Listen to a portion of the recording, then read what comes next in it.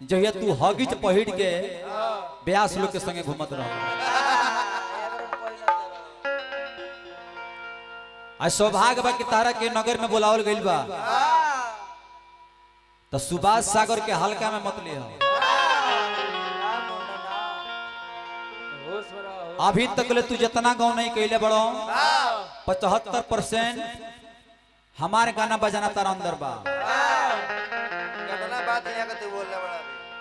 भोजपुरी में समझ जा कि रात बाकी है, बात बाकी है। नगेंद्र निराला और सुभाष सागर में मुलाकात बाकी है। ये दुगोला हो, ये धीरे धीरे सुन गेला। तू अगुता गइल बड़ो, सुमरन में तारा इतना ना बोले के चाहिए। आ ताहार नाओ ना धोइनी हो। आ तू सुभाष सागर तू बानर तर दांत चियार तरो। तू जितना खेल देखलोले बड़ो, तारा जाने के चाहिए कि सुभाष सागर सबको के छोड़ देले बड़े। लेकिन चिंता मत करो, जो उद्देश्य से लेके आइल बड़ो तार मनोकामना जरूर पूर्ण कर ले। दिखाओ मास्टर एगो।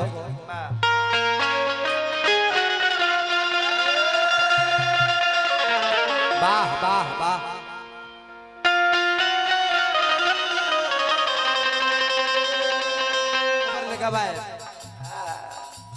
जबले मंच पर ब्यास एक जना सिलेंडर ना बोले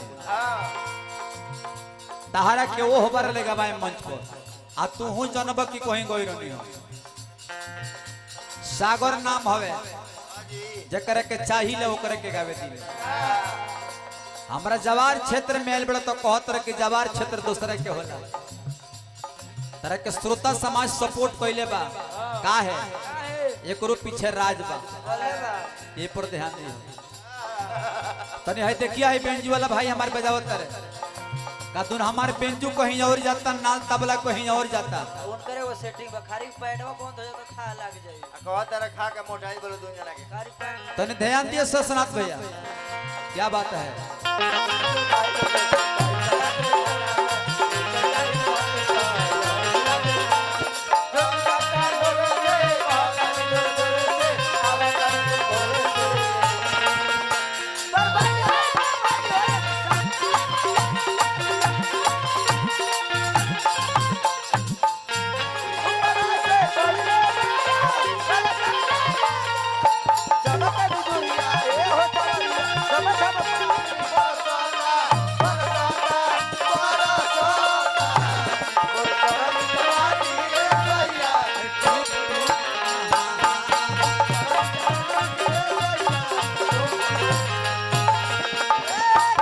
बूंद वाला धुन पर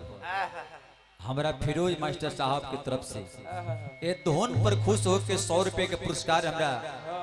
बेंजू वादक के हमरा अरविंद गुप्ता जी के मिलल। संग में हमरा आयुषी टेस्ट ट्रेनिंग सेंटर लतवा चट्टी बाजार वहां के तरफ से हमरा बर्बादी हुई बाकी शादी हुई तोरे से। ये धुन पर 51 रुपए के पुरस्कार आयल। हार्दिक स्वागत, अभिनंदन, बंदन, नमन नमस्कार बाटे। अभी अभी सुननी हमरा नगेंद्र निराला जी तार मान सम्मान कदर करो का है कि ताहरा क्षेत्र ताहरा जवार यानी कि चंपारण के धरती में गिनती नहीं खे कि हम कितना हाली गइल बानी। आजकल मीडिया के जमाना, फेसबुक के जमाना बा, सभी लोग डाल देता कि आज हमारे हे जगह प्रोग्राम बा तो बिने हे जगह प्रोग्राम बा। तो चंपारण के धरती बाई चांस कोनो ऐसा जगह है जहां हम ना गइल होके, लेकिन आज बड़ी फरमाइश पर नगेंद्र बाबू तू हमारा गांव जवार ए क्षेत्र में उत्तर प्रदेश के धरती पर तू आइल बड़ो। मास्टर साहब को बात करनी है कि नगेंद्र के गाना बजाना, भाव छाव, साज बाज और आवाज बड़ा सुंदर लगल का है कि आज पहला बार तोहरा के लोग देख ले बा। तो हम तहर मान सम्मान करब, कदर करब, लेकिन कैसे जितना सेवा करब उतना सेवा करब। खिस्सा हुआ बा कि जिसको सिखाने में जमाने लगे आज वही लड़का हमको सिखाने लगे। तो हमारा क्वेश्चन सवाल कैला हो नो तारा सवाल पर कौन को ध्यान ना दे 1% ना दो। तू हमारा से लाख सवाल तू करबो तारा सवाल पर हम फोकस ना डाले। सवाल वही समय पर होई जब कोनो विषय हमने के लेके चल जाए। जौन हमने के विषय लेके चले के बाद अगर तारा अंदर क्षमता होके वो विषय के अंदर वो विषय के रास्ता में तारा लगे अंदर क्षमता हो तो सवाल तू करके देख ले।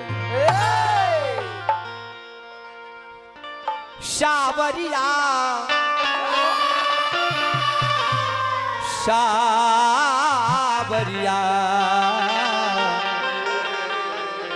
शबरिया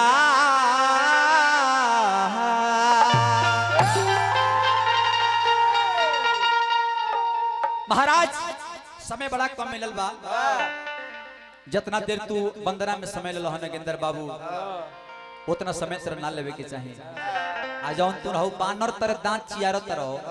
वो कलाकारी में ना आवेला। तू एकर मतलब कि तू हमारे के रिगावत रहो ऐसे कि जो तू जंगा पालो ओंगा हम नहीं खी। अब तू बानर तरह भैंसा सुत रहा है दांत चियर बता वो तरह हम तरह के दांत ना चियर जाए। आ वो जवन भाव ले पड़ो है इधर तको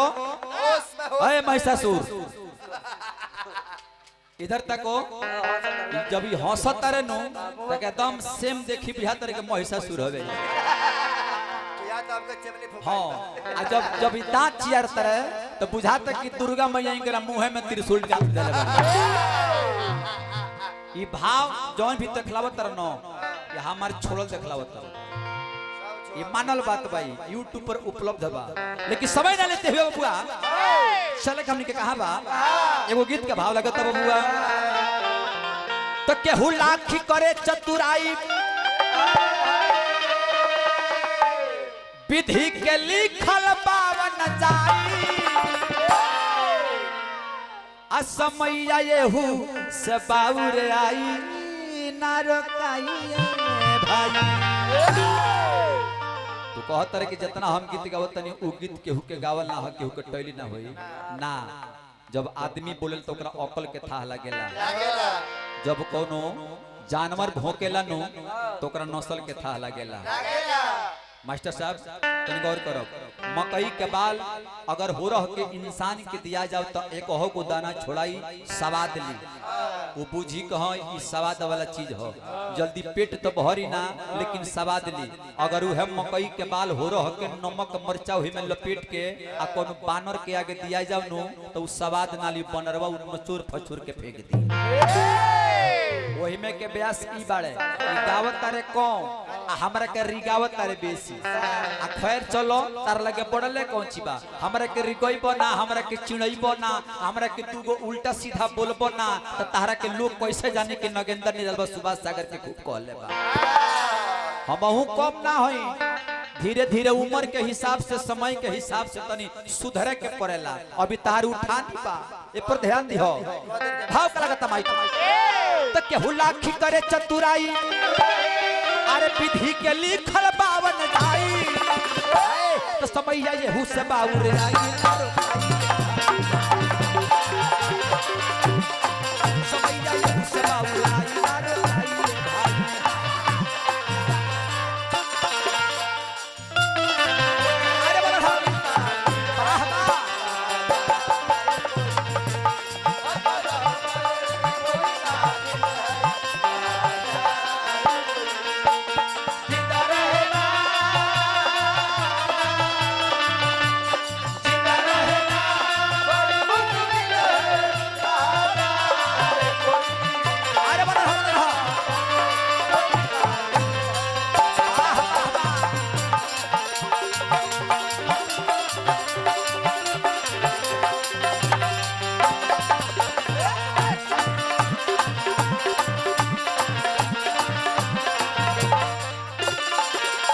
अरे बोला तोहरो में दोस्त नहीं खे।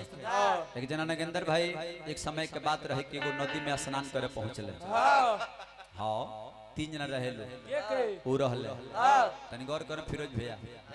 हाँ नगेंद्र रहले ठकैता के तो हम ना कहब काहे से कि बहुत हमरा के माने ले जना ठकैता राकेश बाबू के देखत तनी नु इनकरा में बजावे लेना लेकिन आज फरमाइश पर कितना दिन के बाद 500 एडवांस उनकरा मोबाइल पर कोइल पर कि ना वही दिन हमारा संगे तारा चले के बाद इनकरा में दोसर के हो रहेला आ राकेश बाबू दूसरा के संग टीम में बजावे ले लेकिन फरमाइश प्राइस बड़ा अच्छी बात बा आ तू निमन पहलहू से बजावे लो आ तारा का हम बजावल देखले बनी लेकिन तू हमरा नलबादो के शिकायत कर अभी तरह नहीं के भीष्म पितामह जब बैठल बड़े रविंदर भैया जे भीष्म पितामह बैठल बड़े आ जौन तू नाल तबला देखत रहनु है ये खुद पैदा करके खुद अपना हाथे बना के आई बजाओ तो ई कंपनी हलो आई जन है बेंजू जन बाई त बेंजू है बेंजू अरविंद गुप्ता से रहा पर सोनी ई स्वयं अपना हाथे ई बेंजू बना के आ स्वयं ई बजा रहल पड़े आ जन है नाल बजता स्वयं रविंदर भैया अपना हाथे बना के आ वो नाल के बजावत रहे तबला जन बा स्वयं अपना हाथे बना के आई तबला बजा रहल झाल है झाल खाली सीवान से के लिए कल बनी तो है ये जानता नहीं कहा ई फैक्ट्री है कंपनी हो आ ये कंपनी में 17 ऐसा आदमी खरीद के ले जाके बजावे ला लोग बुझाइल कि ना आइल जमाना ऐसा सुन्नी फैशन में बदारू आइल जमाना ऐसा सुन्नी फैशन में बदारू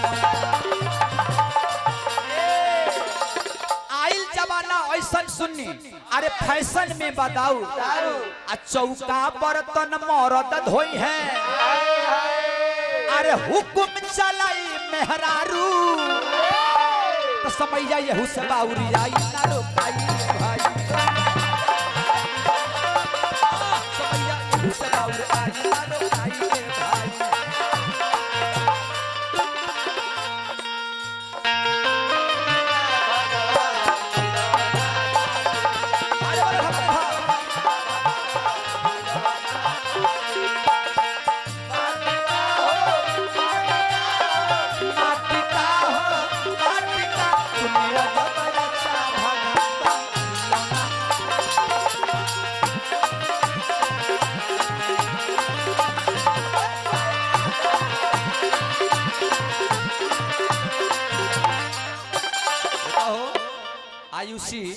आयुषी टेस्ट ट्रेनिंग सेंटर लतवा बाजार कुशीनगर हमारा धीरज राज जी विदेश जाने के लिए संपर्क करें कहो हम विदेश चल नहीं तू तो चाहत रहे विदेश तू तो चाहत रहो एगो तू बड़ो एक जनवरी बड़े वो लोग चाहत रहे कि सुबह सुबह दुनिया से चल जाए लेकिन जाए ना तारा लोग के संगे लेके जाए आखिर में हम जाए तो दुगुलवा के गई आखिर में जो हम अकेले पड़ जाए तो ये हुलो में दोस्त नहीं खे बेंजू बादे किंग कर रहले आ हमर ब्यास रहले आ संग में हमरा सुजीत बाबा तीनों जाना रहे लो तो कोई रहे लो एगो नदी में तो देखो लो कि भाई 3 जना कपड़ा खोल के स्नान करता है बड़ा चलाक हो नगेंद्र निराला जी तो कहले कि काहे न तनी हमनियों के नहा लहल जा आ हमनी के सीट कपड़ा पहिरले बनी जा मास्टर साहब हमनी के सीट कपड़ा पहिरले बनी जा आ भीज जाई तो हमनी के फिर पहिर के का जाई ले बस तीनों जना अपन कपड़ावा खोल के लंगटे हो गइलो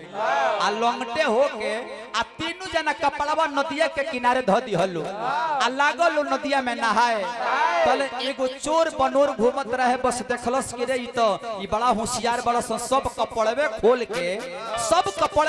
के नदिया के किनारे धइले बड़ा सो आय अपने नहाता रस बस का कइले से चोरवा इनकर कपड़वा लहले सब न पता हो गइले अब जब नहा के निकलता लो तो जा तो कपड़े नहीं खे अब सोचल के रे तब कौन उपाय होखे कैसे जाइल घरे जे तरह इंतजाम भइल हनु वही तरह जगह इंतजाम होत रहे तो नगेंद्र निराला कहले कि चलो हमर संगतिया हम जहाँ इंतजाम होता वही जो धोती मांग के लपेट के हमनी के पहिर के चल जाई। एगो मोटरसाइकिल रहे भैया लो तन गौर करो, एगो मोटरसाइकिल रहे कहले कि नगेंद्र सुन अब केहू मोटरसाइकिल न चलाई हम चलाए।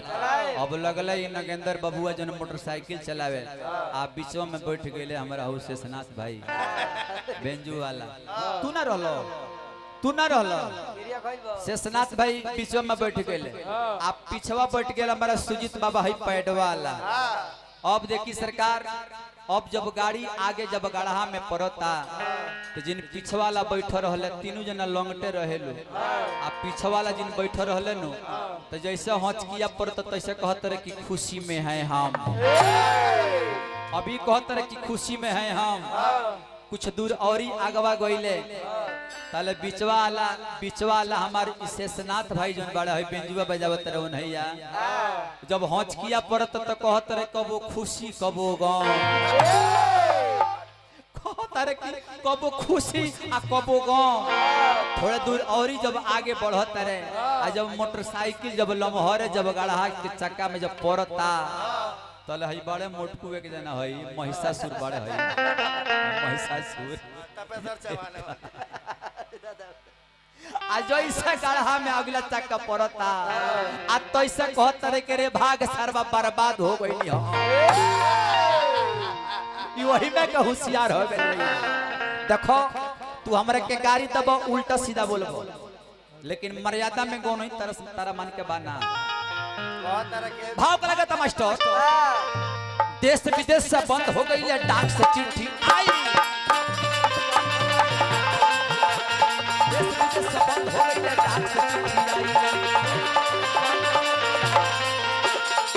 अरे बड़े लोगवा के पूछेला, बड़े लोगवा के पूछेला छोटो रखे मोबाइल। अरे समैया एहू से बाउर आई रे भाई रे भाई समैया एहू से बाउर आई रे भाई चलो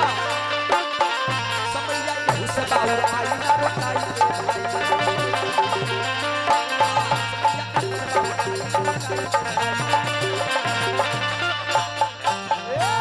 तनी समय पर हमारा ध्यान दो। ऐसा ना हो कि हम टाइम देखत नहीं की 5 मिनट समय रहे हमारे के बोले के चाहिए। अब एगो लाइदारी के भाव लागता एगो रो शब्द लाइदारी सुनी इटर हमरा अजित हलचल जी जकरा कलम से एक से बढ़ के एक गीत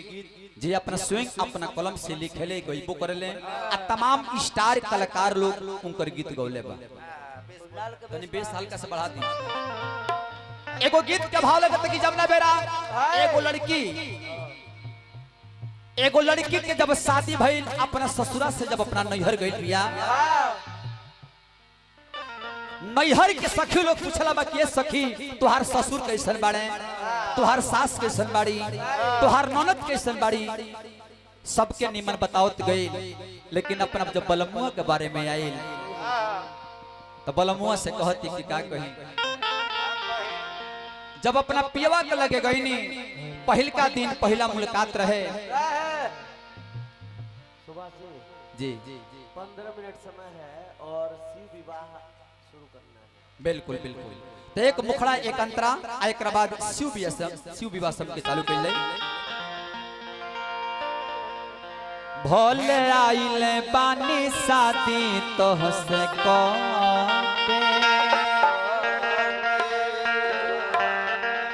बाकी दिल केहू औरी लगे था।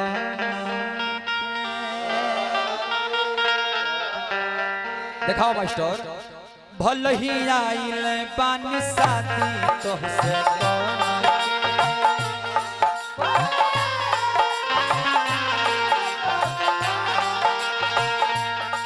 बाकी दिल केहू औरी लगे था।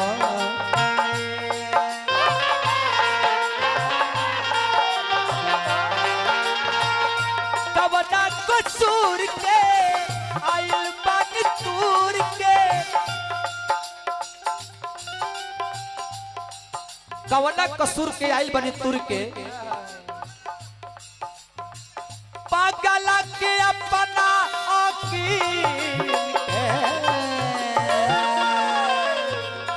जबन मन करे कलाए राजा बिना दिल के तुझे दुल्ही जबन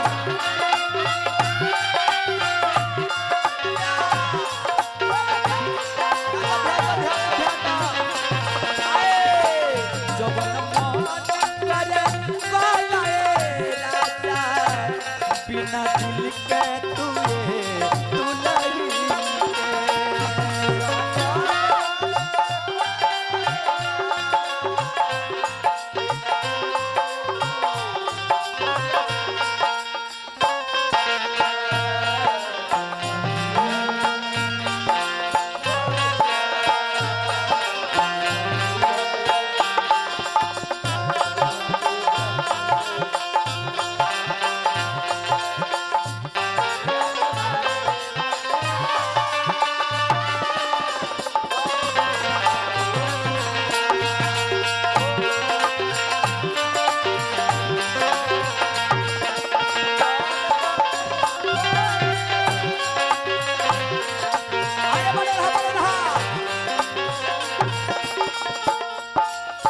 और कैसे माई बाप खातिर से नूर मंगिया में डाल के आइल बानी ओकर हम करे जबे निकाल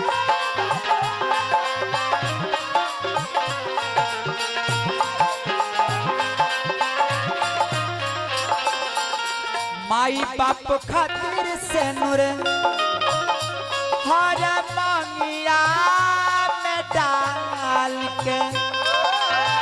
आइल बानी ओकर हम करे जबे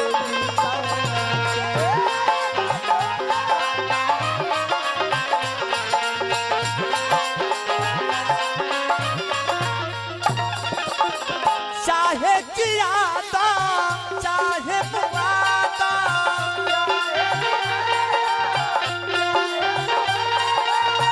चाहे तू देता जहर की जबन मन करे जबन मन करे पालाए राजा वो बिना दिल के तुए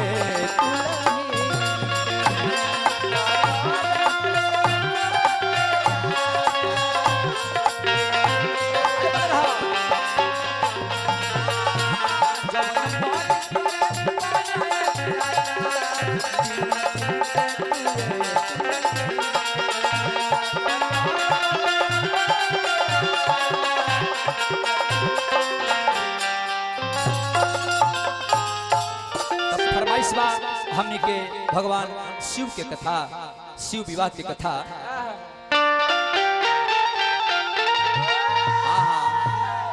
तो सुना बता जी एगो सुंदर कहानी बता दीजिए एगो सुंदर कहानी कि कथा पुरानी पुरानी सुनवता जी एगो सुंदर कहानी सुनवता जी एगो सुंदर कहानी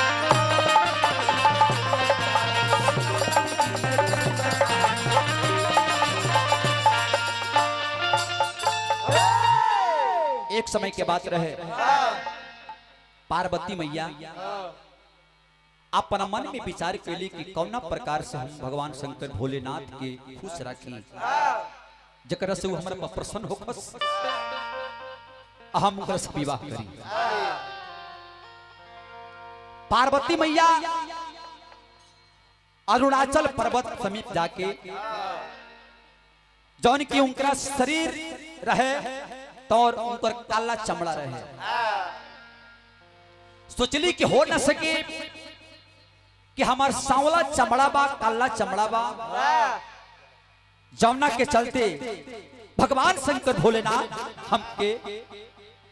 खुश नहीं कर पावत जकर समर विवाह नहीं हो पावत। मन में विचार कैली पार्वती मैया मन में विचार कैली पार्वती अरे सोचली अपना मनमा करिया बदन हटा के कैली गोरयापन बदनवा बिहारी तारी के सवर जी लिखल दसतनवा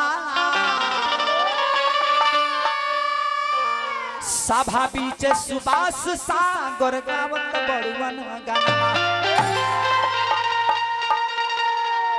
पार्वती मैया अपन सांवला चमड़ा उतार के अपना शरीर में से आउ फेंक दहली जब फेंकली ते एगो नगर एगो तीर्थ एगो गांव ओहिजन बसल मन में विचार करते हुए पार्वती मैया सोचली कि हो न सके कि अपन हम काला चमड़ा निकाल के फेंकले बानी गोर हो गई बानी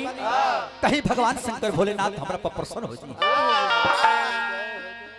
अरे खबर ये तो आगे कैसे अरे खबर ये तो आगे कैसे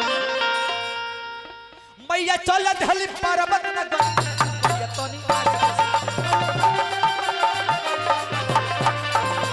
मैया चल धली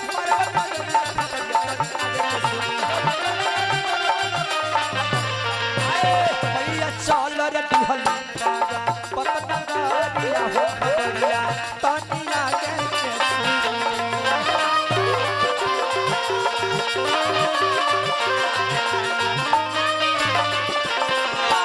मैया चल रही हली बाबा पतना गाड़िया हो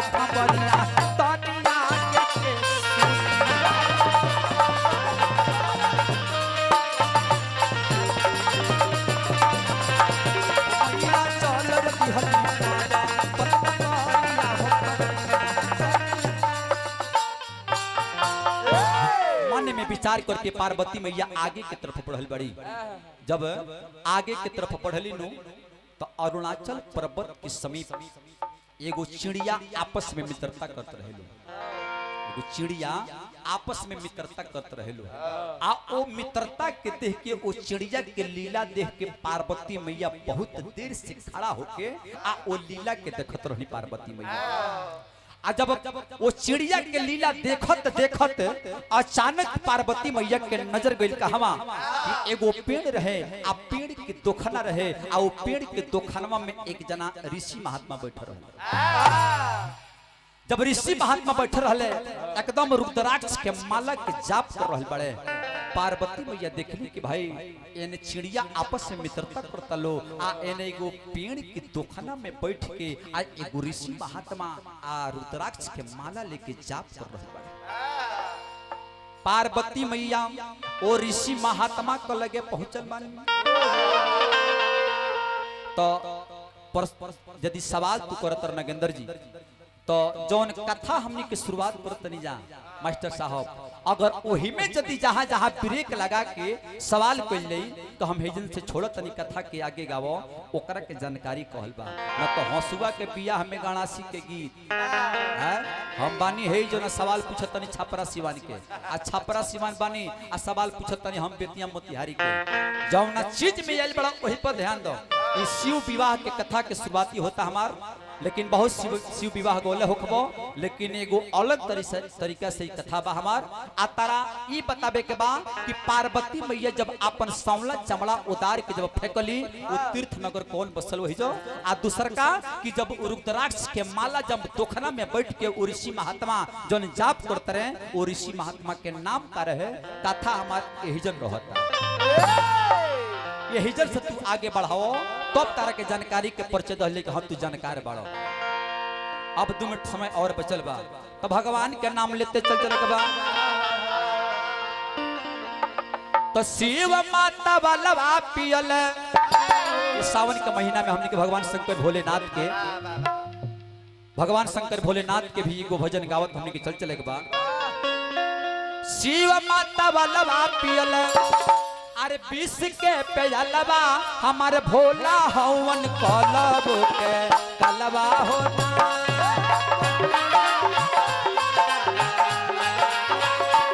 हमारे भोला हवन कलब के कलवा होना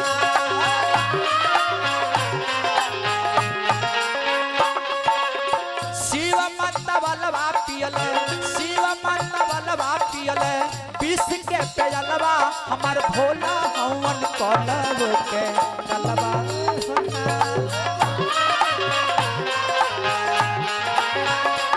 हमार भोला हवन कलब के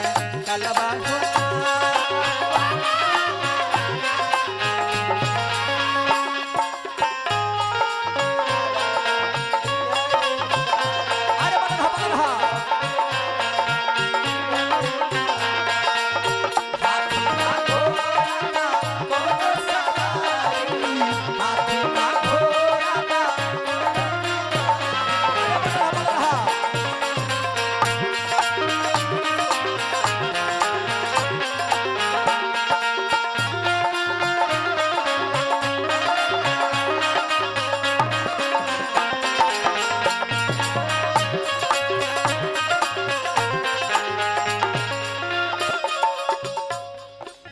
देवो के देव महादेव जी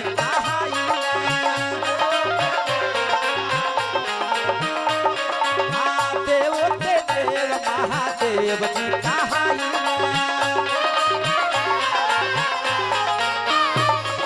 अरे भांगो धतुरावा के भोगा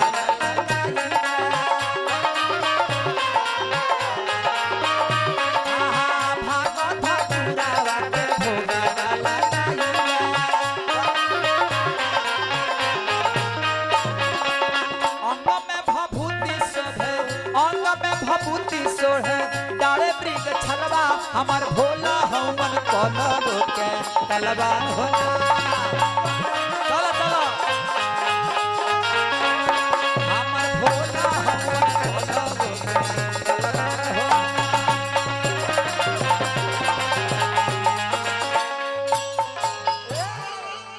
रूपवा सलोना ए धनिया हो मन करे निहारत रही आँखिया के राहे तस्वीर तो आँखिया के राहे तस्वीर तो दिल में उतारत रही रूपवा सलोना ए धनिया हो मन करे निहारत रही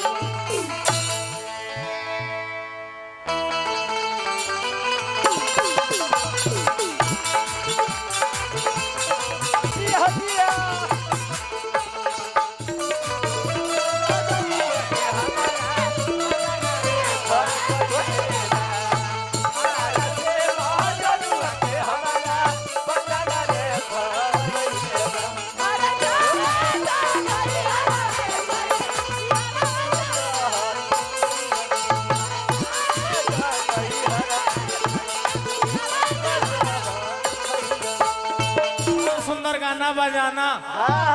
सुभाष सागर जी से सुने के मिलल हो। बड़ी सफाई दिले अपन बाबा, बहुत सफाई दिले, लेकिन सफाई तर कुछ बचे नहीं खे जात। तू तो इतना ना बाउरे राउंड में बोल दिल बड़ो, तहर जवाब दे दी तो तुम मुंह दिखावे लायक ना रहो। तब कथी देखई है? हम तो भला लोग के कहतन कि केहू एक चप्पल ना फेकलस।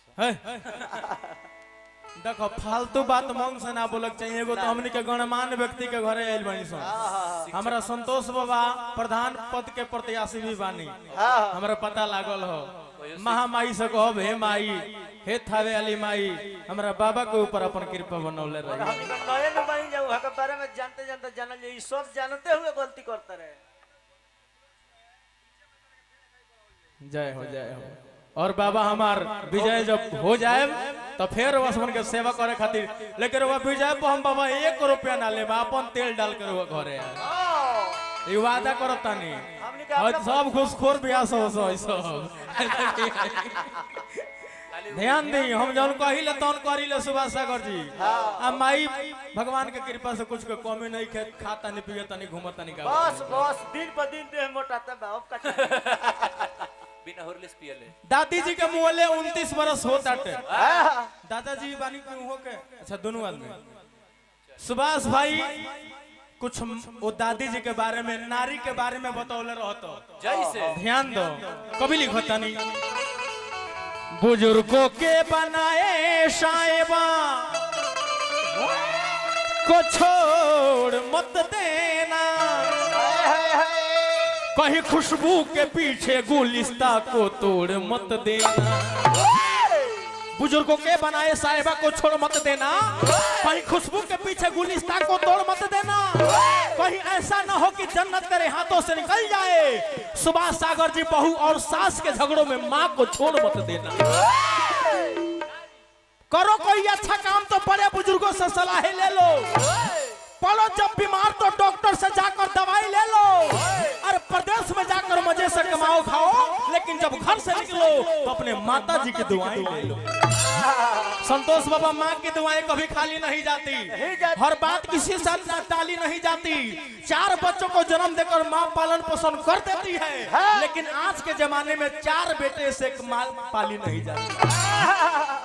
एक धर्मराज जी सुतर रहले का बा, औरत लोग बैठल बा, माता बहन लोग, घर के लोग बैठल बा। संतोष बाबा कितना गंदा बात बोल रहा हूँ, लौंग टका दून नहा के अइलो आ मोटरसाइकिल से चल रहे। अच्छा ये बताओ तो सुभाष भाई, ई प्रोग्राम अगर तारा द्वार पर होई आ तारा घर के परिवार लोग, माई बहन लोग, मेहरारू तार बैठ रहती,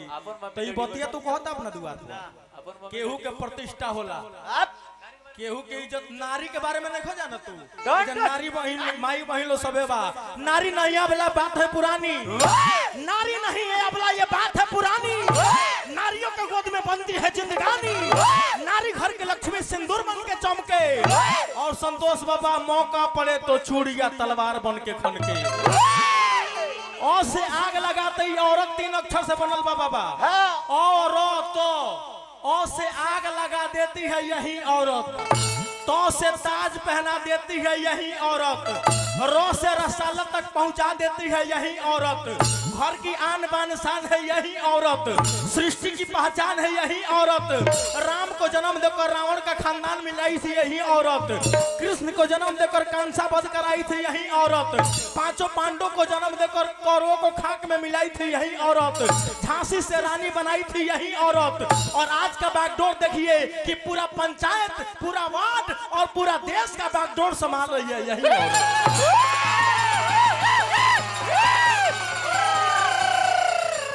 तारा का लिख के दे दम तो बोला जाए इतना बड़ा। तालियां इस मंडली को दीजिए आप लोग गालियां। वो भी खतरनाक। एगो शब्द हमारे तरफ से ना हो, ध्यान दो। उठबे न करी।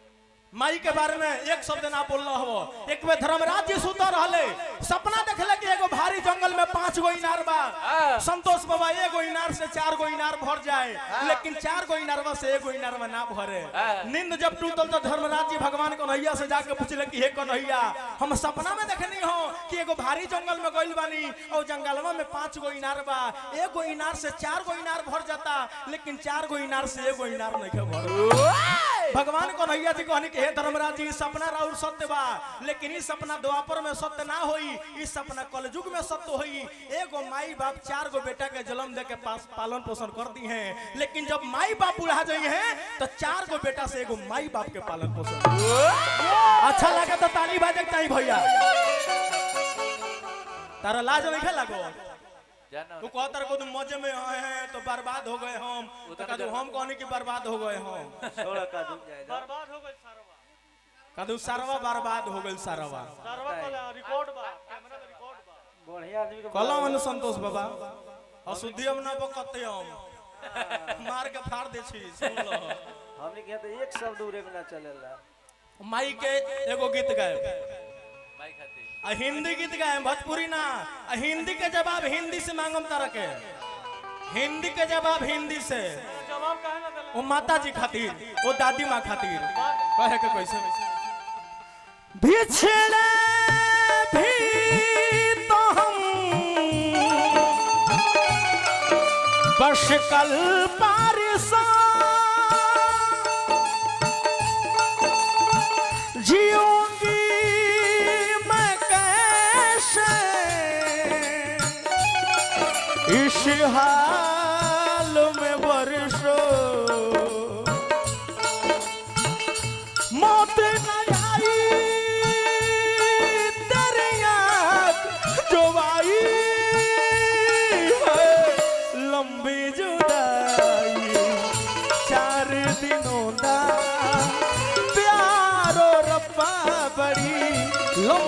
जुदाई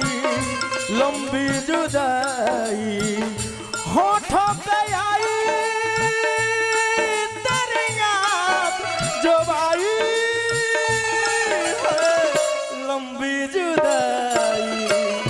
4 दिनों दा प्यार रब्बा बड़ी लंबी जुदाई लंबी जुदाई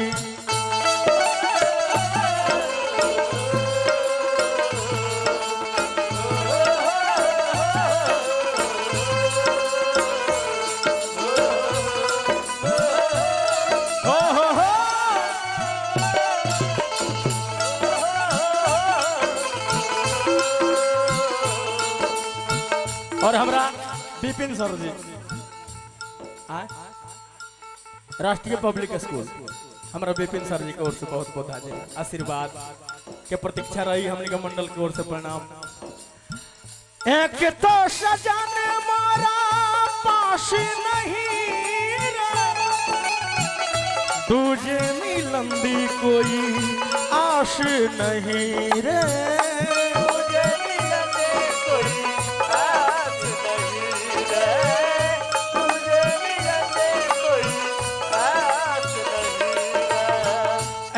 तो सजन मारा पास नहीं रे देखी संतोष बाबा हमने के प्रोग्राम कर लो जहाँ शिक्षित लोग बैठेला ओइजा भी अपन गाई ले सन आ जहाँ उतर के भेटा दिला तो हमनियों को ले तारी गाई ले सन लेकिन इनके जो प्रोग्राम बा बढ़िया समाज में नहीं हो क्या तरह ये धरा गइल बड़े देशबंधु सर जी की ओर से बहुत बहुत हाजिरी आशीर्वाद के इंतजार भगवान से कामना मनोकामना पूरा करी। एक तो सजन मारा पास नहीं रे दूजे मिलन दी कोई आश नहीं रे कोई आस नहीं रे कोई आस नहीं रे उस पे ये सावन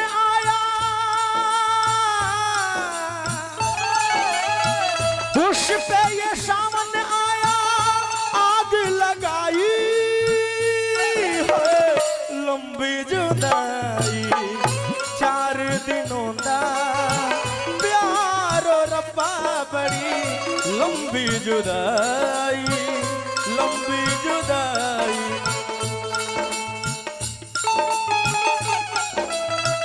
फरियाद करते हार गया फरियाद करते हम रो रहे हैं हम रो रहे हैं हम रो रहे हैं उन्हें याद करके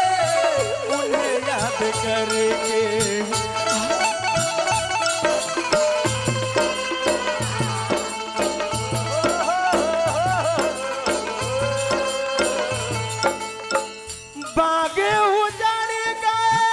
खिलने से पहले पंछी बिछड़ गए मिलने से पहले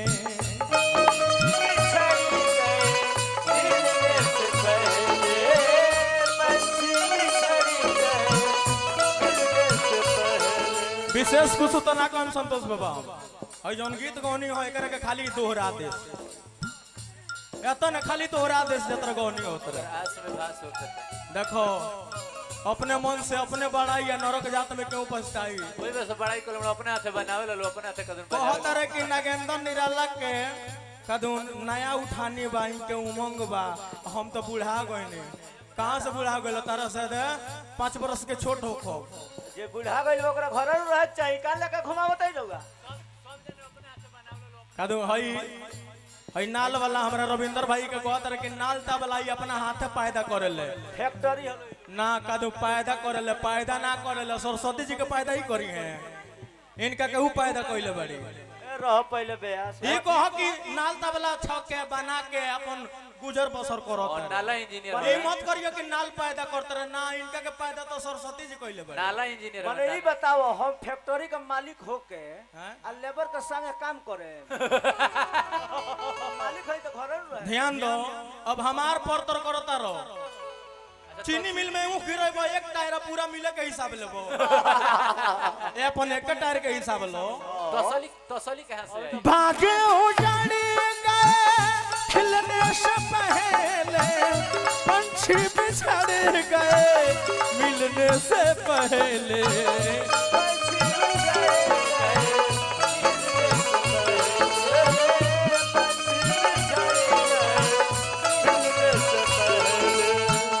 कोयल की कूक ने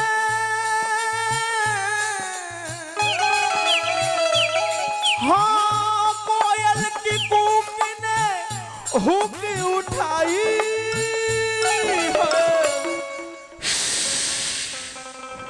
लंबी जुदाई ना होई सात जन्म धरब तो लयदारी को लब ऐसा गावा तारे तनी बढ़ जा भैया तनी भल ही आइल बानी शादी तो से को के दूसरा का लड़का जन्मावल कहिया लखलइबो आउ बढ़िया समय के खेलत रोए लगा अजी थल चल के गीत ए मंच पर गावत तारे बल्कि कितना लोग सुन लेबा अपन गावो और देखो एगो गीत गावत नहीं लयदारी हमहु गाएम प्रेम रस के लयदारी गाएम की तरह छठियार में ना पड़ल हो हां तनी उठा दी है के कोरसवा का भैया नकल करी तो निमन से करी ना तो सकल बिगड़ माने जाए महिषासुर काहे कहला है हमरा के कहत रहे कि महिषासुर हमन बुझाता बानर खनिया दांत चियारा तार मुंह नहीं के देखी सकल से का करे के बताहरा रहो संतोष बाबा हम एक एगो बात कहिले भारत देश ए हमने के भारत देश में बानी सन आ भारत देश में चित्र के पूजा ना होला चरित्र के पूजा अरे तो पढ़ल लिखल लोग नु जाने ध्यान दो भारत ऐसा देश हो कि जान मुंह के पूजा ना होला रूप के पूजा ना होला ओकरा गुण के पूजा होला बड़े बा काहे शंकर जी का लड़का हमें गणेश जी हाथी के मुड़ी बटे पूजा तने लंबा पेट बा जकरा के देख लहल जाओ तो कहल जे कि विकलांग के बाणे आ उनका के पहले पूजा तनी सन काहे उनका में गुण बा तबे नु बड़े बा तारा में कौन गुण बा गेहूं पीसे उहे बाकी आगे में है हम पीछे में है हम गेहूं पीसे ले ऊपर से माने के कहला से जे हमर बेयास करिया बड़े उहे कहला उहे रे करी बा देख लो सही त नेचुरल ब्यूटी हवे रे रात भर प्रोग्राम गावेले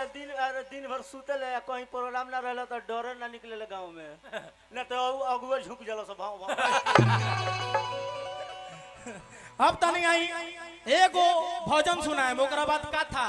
कथा जौन गौला वो के जवाब हम देव आ देखो शिव बा उतर ना गावल जाला बाबू वंदना के सवाल वंदना में जवाब ना देला गुरुजी ना गाए ना गाए गुरुजी रे से अब एक एगो बात कहब ई साफ कह तरह की तरह सवाल पर हम ध्यान ना देब हम गणेश जी के वंदना जब गौवी तब गणेश जी के सवाल पूछी आ हनुमान जी के जब वंदना गौवी वही हिसाब से हनुमान जी के भी सवाल हम पूछली ई काहे नहीं के बतावल जरूरी रहल कि ना रहल तो दुगोला कौन बात तो कहतर कि कथा में कोनो सवाल जवाब कोई जाई तरह के सवालों के जवाबो बताएब आ तरह के ले जाए वैसन जगह फिर उनसे होई बना तो ध्यान दो हे मर्दे पागल ना होबो ना जौनी लीवर के भाई हवे मेन कदी भैया एगो भजन गा के ओकरा बाद तरह के कहानी में हम ले चलब तू जितना देर में हमरा के शिकायत कइला होबो के लंगटे ना हाथ रहलो उतना देर में सवालवा खोजले रहत त जवाब दे देला ई बात भाई ई का बता अच्छा हमर लगे चुटकुला नहीं कि हमरा से बेसी चुटकुला जाने लो जाना काय खातिर बड़ो नखल खोजो हमार देखो हमार धाक के ने रोकल ले तो रंजन रानी रहला कुछ कहे दूसरे ने के केहू हम कुछ बुझी ना ध्यान दो कुछ कहे महंत भाई हॉस्पिटल खोले बड़ा रास्ता में को देखा नहीं रहो कहल गेले बाबा ये दुनिया मतलब की है कौन किसी का होता है जिस पे जो विश्वास करे वही तो धोखा देता है तारा के गजल गाय में कहोगो कि तारा के जाना मुंह में तारा करीखा ना पोतवा दिन तो फिर ना गेंदा निराला ना वो मोबिल वाला जब लेता नहीं हारमोनिया जब लागे में गजल गावे भोर में खाली तो समयया बढ़े खाली समयया नहीं बढ़े दो एगो गीत रहे बाबा वाह कि बैरिया पे हाँ किया क्या कसूर मैंने तेरा रे। यही पर भजन लिखले बानी भजन आ भोजपुरी गीत लिखले बानी भजन एकरा के मानो चेतानु भी भजन कहल जाला निर्गुण भजन भी कहल जाला। यही धुन में जवाब दे दो। आ सेम गीत यही लय पर तारा जवाब ना देला तो मुड़ी छिल दे ध्यान दो। ठाकुर आइल बड़ा हमर नाल वाला ठाकुर होगा छिलवा दे बबे तार मुड़ी। ई आत्मा से भगवान कहले कि ये सुगा गइल बाड़ तो भजन करो ई दुनिया रैन में बसेरा हो बाबा ए जा केहू रहे खातिर नहीं खाई आई कैसे सुगा ना मारे हो हो हो दुनिया हरैन बसेरा रे सुगा ना मारे हो हो दुनिया हरैन बसेरा रे सुगना मारे आके तू जाई पा जाके तू वही पा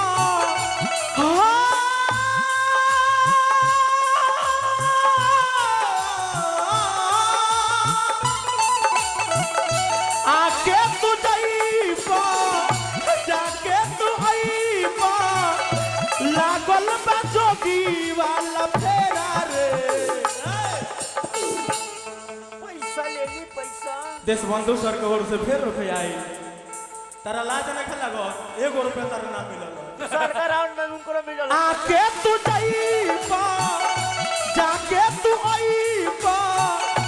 लागल बा जोगी वाला फेरा रे सुगन मारे हो हो दुनिया हरैन बसेरा रे सुगन मारे डरना डरना डरना डरना डरना डरना डरना डरना डरना डरना डरना डरना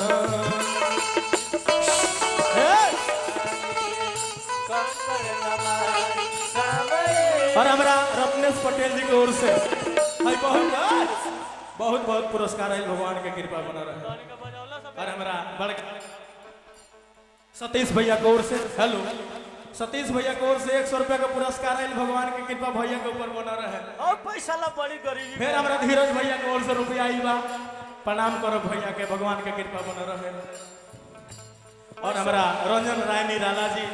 आई भाई की ओर से भी बहुत बहुत पुरस्कार भगवान का कृपा बना रहे फिर हमने के जोड़ी चली फिर इगोइले हवा में हां तो पैसा अलग धरिया संतोष बाबा हम चाहती नु इनका के वंदना में बैठा देती वंदना में रंजन भाई बोलते लेकिन कहते कि ज्यादा बेइज्जती यहाँ हुई खैर कोनो बात नहीं के बेइज्जती तो बोलना पड़े घर जाके फांसी मत लगा म्यूजिक हुए पानी में कंकड़ न मार बावरे हल चल सीमा की जाएगी कावरी कहरे हुए पानी में कंकड़ न मार बावरे हल चल सीमा की जाएगी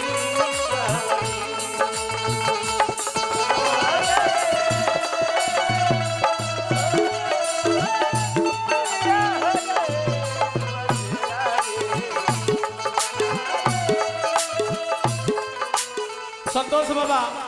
ये दुनिया में हमने के भगवान से करार कह के आइले सन कि जाके भक्ति भजन करब लेकिन ये जगह होता वादा करार के पल में विसार के लिहलो न हरि जी के नाम तू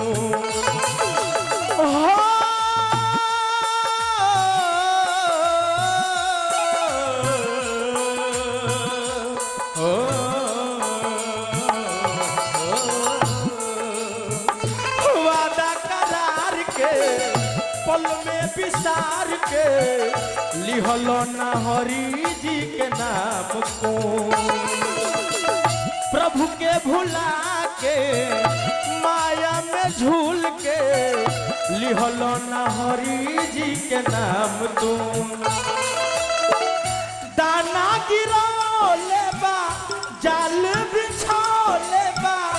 दाना गिरो लेबा जाल पटेरा रे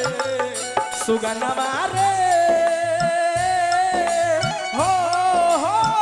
दुनिया हरन बसेरा रे सुगनमा रे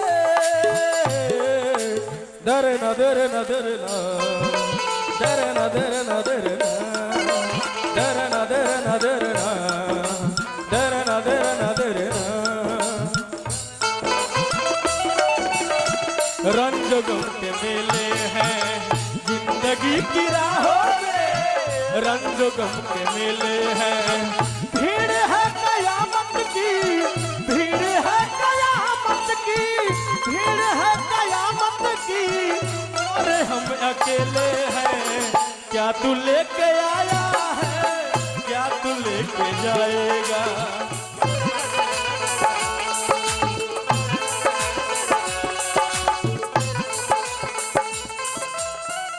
एक बार हम कहम तनी संतोष बाबा रुआ मंच पर आ जाए और हमारा विपिन सर जी हमारे के माला डाल के हमारा मान सम्मान बढ़ाने हैं और रंजन भैया के बड़ भैया पंकज राय भैया भैया आ जाए भैया के घर हम गए बनी बहुत दिन पहले हम तनी बाबा के गोल लागो आशीर्वाद दी तनी और बढ़ल जाओ और हमारा देश बंधु सर जी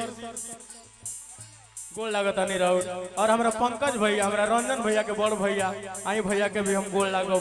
आशीर्वाद के इंतजार रही देखी नो सुभाष सागर जी भैया ये प्रेम हवे तनी एगो फोटो खिंचा जा आई ना भैया है ने चल पंकज भैया हे बगला जा यह मान सम्मान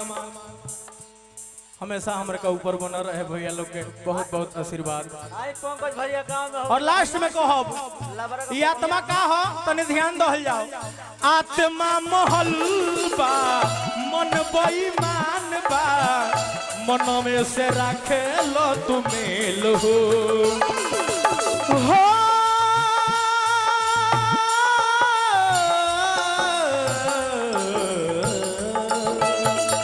आत्मा महल बा मन बेईमान बा मन में से रखे लो तुम्हें लो पाछी रतन के अधम शरीर बा पाँचे गो छोरावा कर खेलो अनहरिया में रह के सब दुख सह के अनहरिया में रह के सब दुख सह के देखलो न कबहू सवेरा रे सुगनमा रे हो दुनिया हरन बसेरा रे सुगनमा रे अच्छा लगे तो ताली बजा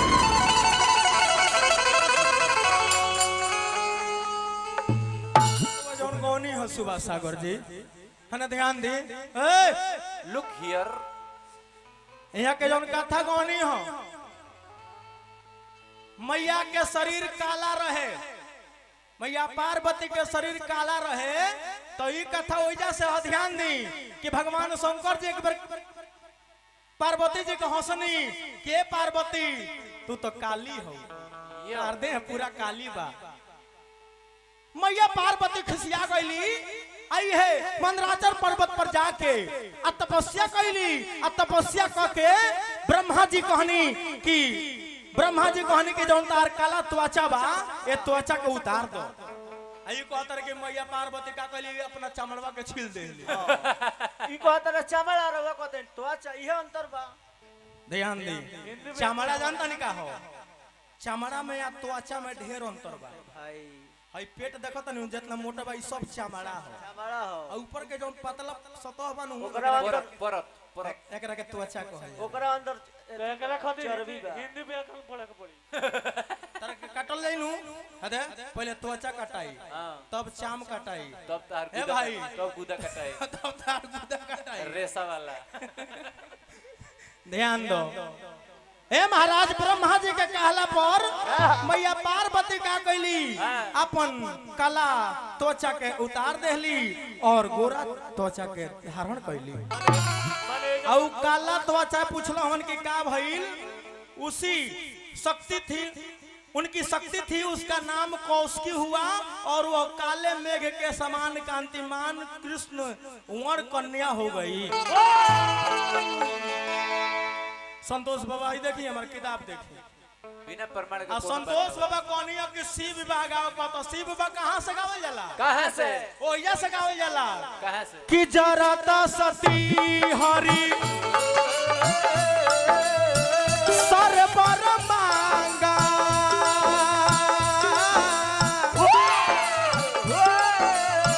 जन्म जन्म शिव पद अनुरागा।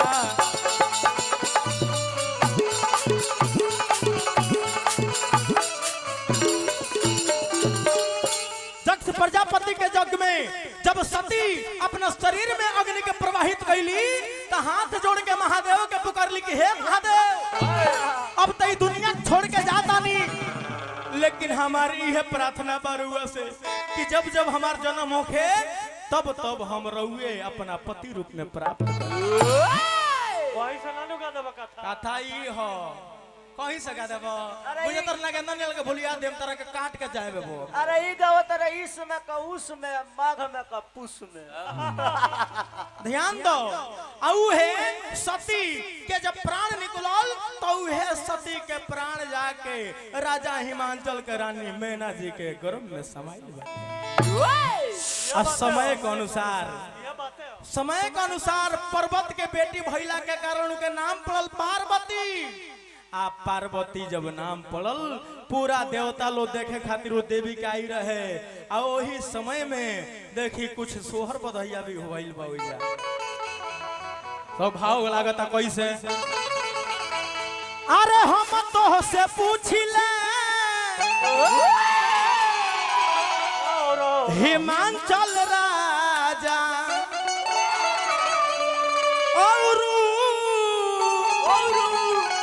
अरे मैना रानी है हे रनिया हे रनिया हे रनिया। संतोष बाबा हमरा जिला से बेतिया से एक आदमी हमारे चाचा जी आई रनिया। कहाँ बानी हुआ के? रामनगर पोस्टिंग मामा के रेलवे में। रामनगर रेलवे में बानी हुआ के। हमरा अशोक दुबे जी चाचा जी अगर आवाज के सुनत आइन तो रहुआ आई तनी मंच पर रहुआ आई हमरा अरे हम बुझा जाने हमरा आए एक साल में एक बेर हम आइल है। छुट्टियां नहीं खाता का करियो? अच्छा वहां कहनी कि एक साल में एक बेर आइल है, छुट्टियां न मिलेला। का कहे के बा, कैसे कहे के बा? ए सखिया अरे कवन बरत ऐसन कैलू तो बेटी फलवा पवलू नो हे।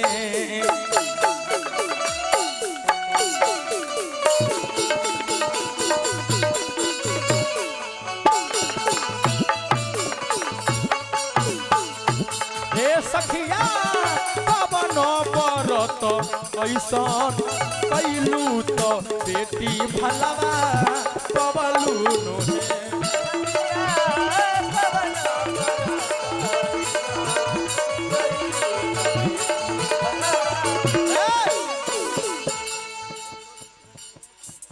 आई हमरा संतोष बाबा के माँ के ओर से, आई हमरा संतोष बाबा के माँ के ओर से देखिए बहुत बहुत पुरस्कार आइल।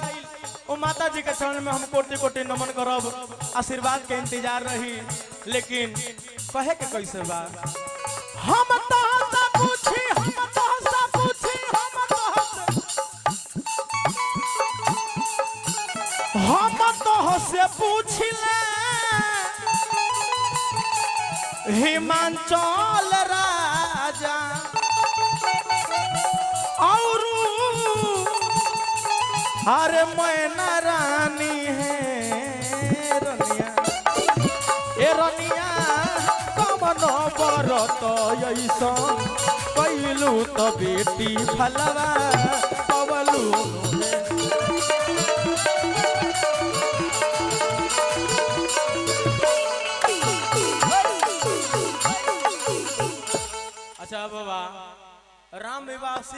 विजेंद्र बाबा से बढ़िया के उगाई जी ना ना नु गाई एने दौरी होला जा एक माने तो विजेंद्र बाबा से महान बड़ा की अलगे कहतर की अलगे समसिउ विवाह कहां से आगल पागल के पकड़ लियल बनी मार जब क्यों वहां लोग ऐसा गा कदू हम अलगे से गावता नहीं हम सोजौगा गावता नहीं हाईवे पकड़ो छवर मत धरो सारा ध्यान दो सारा पिसान माथा आगे कहे के बा बरतों में कोई नहीं बरतों में कोई नहीं बरतों में कोई नहीं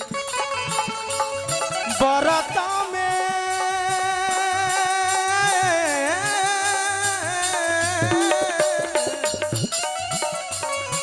बरतों में अशोक बाबा हमरा होता नहीं अपना चरण कमलों से तनिया माला एगो पहना दी अरे वह बेतिया से बानी अब बेतिया हमने के बराबर हो जा रहबे करी ले सो आई हमरा अशोक बाबा के माला पहना होता नहीं एगो ताली बजा के स्वागत कइल जाई अपने सब है पर घूम जाई बाबा ताली पैसा के काम नहीं है ना ना ना स्टेशन पर तो टिकट कटवा तब हमहू माला पहिना में हमहू गोल लगता नहीं बाबा का हम ए यहाँ के समधिया ना हो बाबा के हमरा चली बहुत खुशी मिलल रहुआ समधिया ना आके हमने के और बाबा जब और ट्रेन पकड़ा तो यहाँ तो फ्री में एगो टिकट दिवा दे अच्छा है विकलांग बॉय में बैठा दे बरता में कोई नहीं है कदसी दोबादसी के बारन है सखिया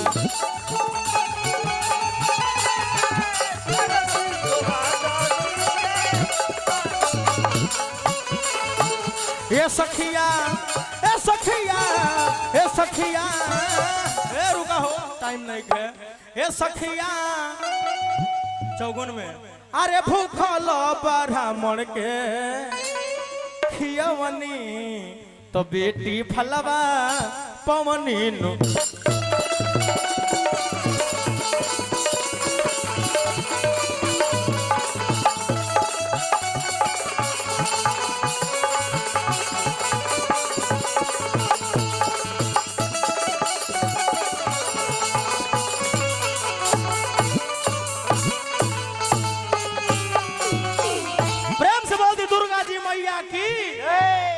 हमारा गार्जियन के ओर से पैसा आइल बा हमार गावल सफल हो गइल जब पुरनिया चाचा के रुपया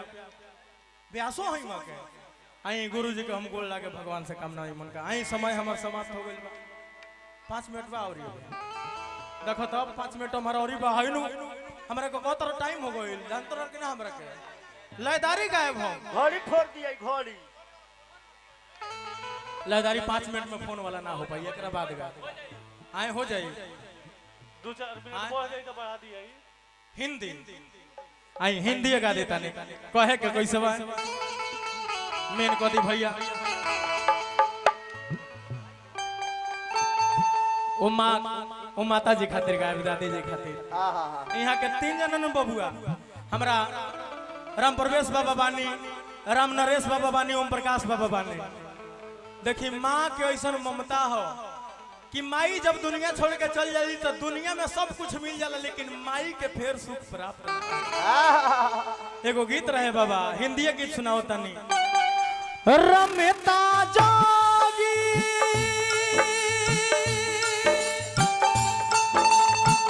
बहता पानी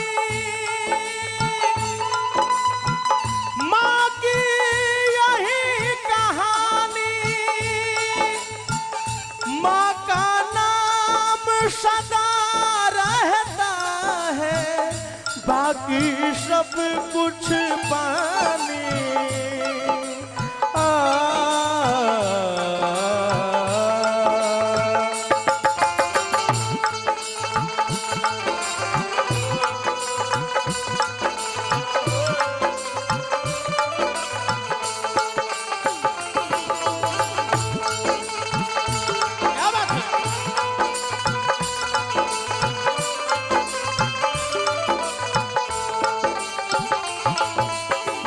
माही मंदिर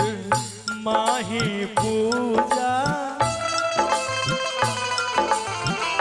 माही मंदिर माही पूजा से बढ़ के कोई न दूजा, माही मंदिर माही पूजा, माँ से बढ़ के कोई न दूजा, माही मंदिर।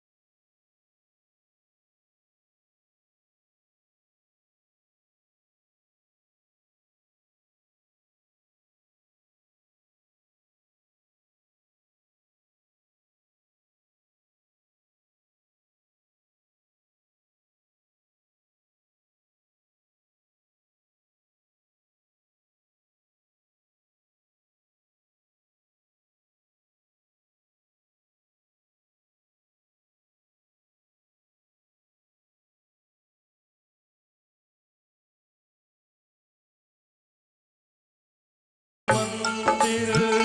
माही पूजा, माँ से बढ़ के कोई न दूजा।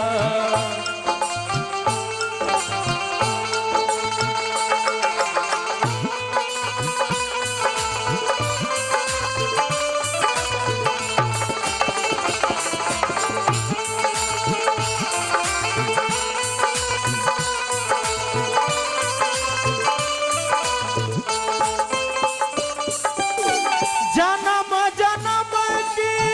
माँ दुखियारी करके हर कोशिश ये हारी, भाई बाउरी उलझ गई है, बच्चे का सुख ढूंढ रही है।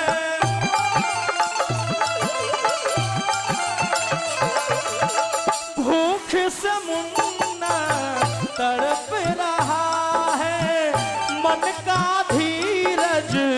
टूट गया है। आंचल में है दूध की नदियाँ और आँखों में नीर भरा है, और आँखों में नीर भरा है। सबको सहारा देने वाली, सबको सहारा देने वाली, कौन बने अब तेरा सहारा, कौन बने अब तेरा सहारा, कौन बने